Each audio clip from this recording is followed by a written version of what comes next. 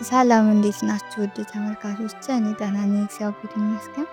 ሴትነት ጥበብ ነው ከተሰኘ የጥበብ ማዕድ እንኳን ደህና መጣችሁ።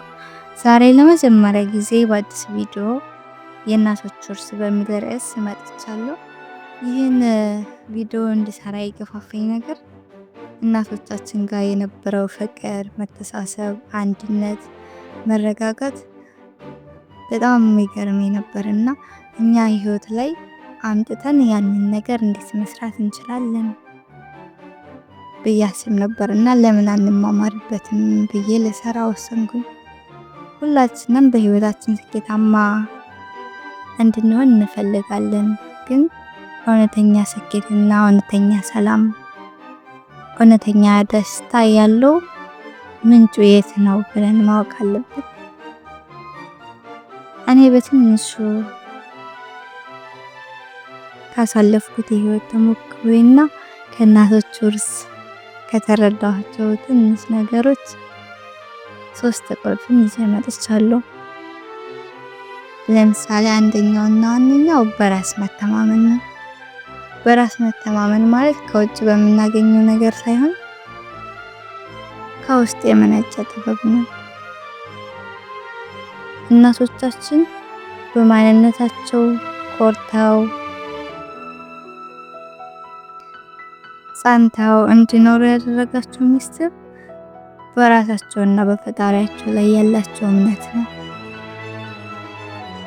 ሁለተኛው ደግሞ ባላቸው ነገር መርካት። ባላቸው ነገር ደስተኛ ነበሩ፣ አመስጋኝ ነበሩ። ያላቸውን ነገር አብቃቅቶ የመጠቀም ጥበብ ነበራቸው እና ሁሌም ደስተኛ ናቸው። ፈገግታቸው ከነሱ አይለይም ነበረ። ዛሬ ላይ ባለን ነገር ማመስገን፣ መርካት ለነገ ትልቁ ስኬት መሰረት ነው። ይህ ማለት ደግሞ ዝም ብሎ መቀመጥ አይደለም። በሰላማዊ አእምሮ ለነገም ለመስራት ማሰብ፣ ለነገ ማቀድ። ሶስተኛውና ዋነኛው ደግሞ መተሳሰብና አብሮነት።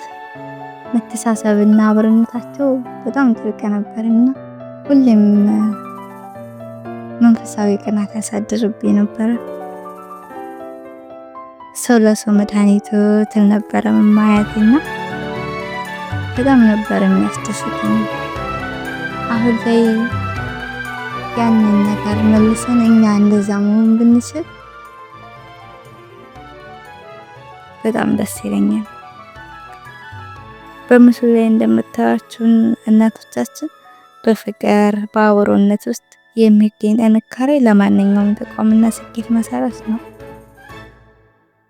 እነዚህ እሴቶችን እያሳደግን የእናቶች ውርስ እያልን ከእናቶቻችን ተቀብለን ነገም በተስፋ እንቀበለዋለሁ።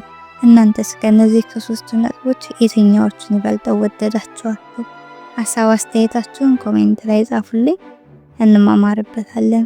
እስካሁን ስላዳመጣችሁኝ ከልብ አመሰግናለሁ። ሰላምና ፍቅር በቤታችን ይምናልን።